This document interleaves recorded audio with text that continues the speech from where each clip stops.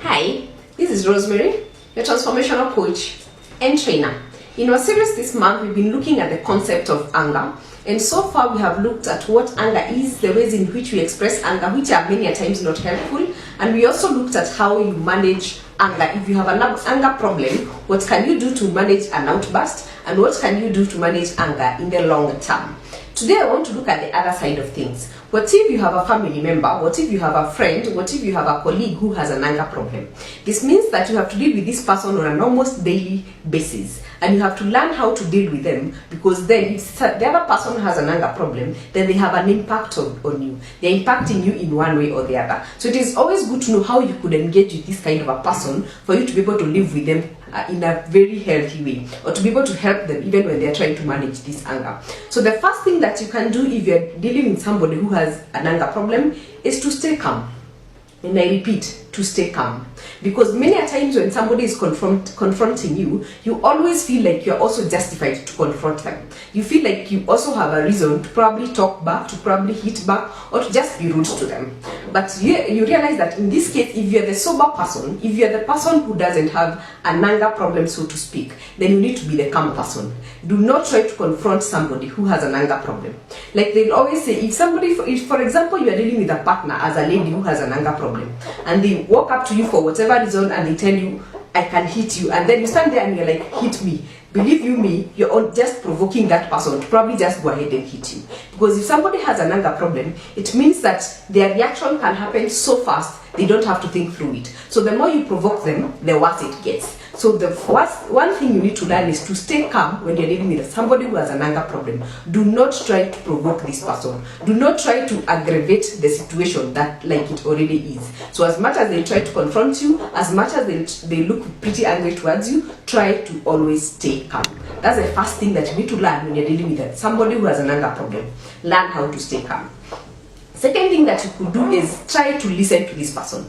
Sometimes people just need to be heard. It could even be just a child who has an anger problem. This could just be telling you that they are not feeling heard. They are not feeling understood. So just try to listen to this person. And remember, listening in this case doesn't mean you have a solution. It just means they feel like you are there for them. So try to listen as much as you can without judging them, without just trying to respond to their problems. Sometimes you don't need to have a solution. You just need to listen, because when you listen to somebody, then they feel like you care. So just give them a moment and listen to their side of the story. Even if you don't agree with them, just listen without judging. That could give them a reason to calm down, because if they can see that you have you care about them in one way or the other. So listening is the other thing that you need to do. The third thing that you could do, you're dealing with somebody who has an anger problem, is to just give them space. Sometimes people just need space. And this space could be a few minutes that you just walk away and give them a few minutes to calm down, or to just give them a reason to think through without reacting on you. It could be hours, it could be days, it could be months. It doesn't matter how long it takes, but sometimes you just need to give somebody space. This space means that when you give somebody space, they get time to rethink.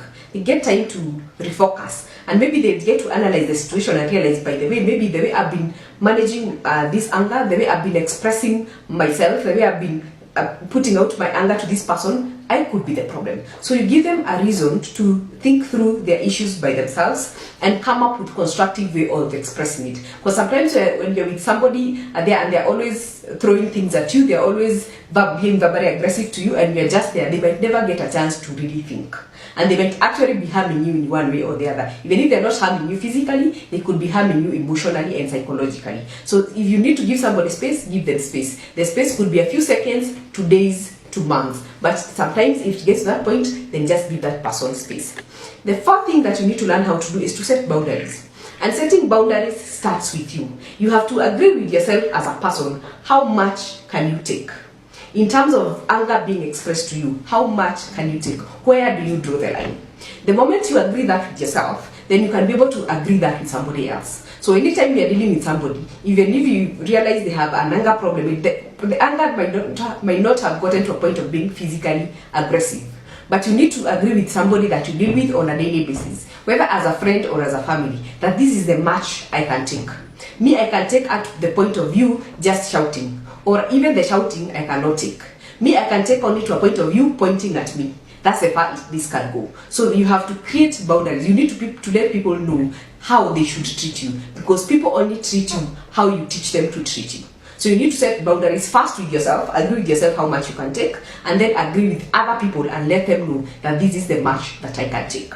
Those are the first 4 items that you can do when you're dealing with somebody who has an anger problem. Remember, the first thing that you need to do is to stay calm. Do not provoke somebody who has an anger problem. The second thing is to listen to them, because many a times when you're dealing with somebody who has an anger problem, they have a feeling that they are not being listened to. They have a feeling that you don't care about how they feel. So if you listen to this person, they might be able to calm down and reason with you because they feel like you care. The third thing you need to learn how to do is to give people space. Sometimes you need to give somebody space so that they can be able to figure out things on their own. That space could be a few seconds to months to even years. And the fourth thing that you need to do is to set boundaries. Set boundaries with yourself, agree with the other person. How far is too far? How much can you take? Join me in the next video as we look at the next 4 items that you can do as you deal with somebody who has an anger problem. Thank you.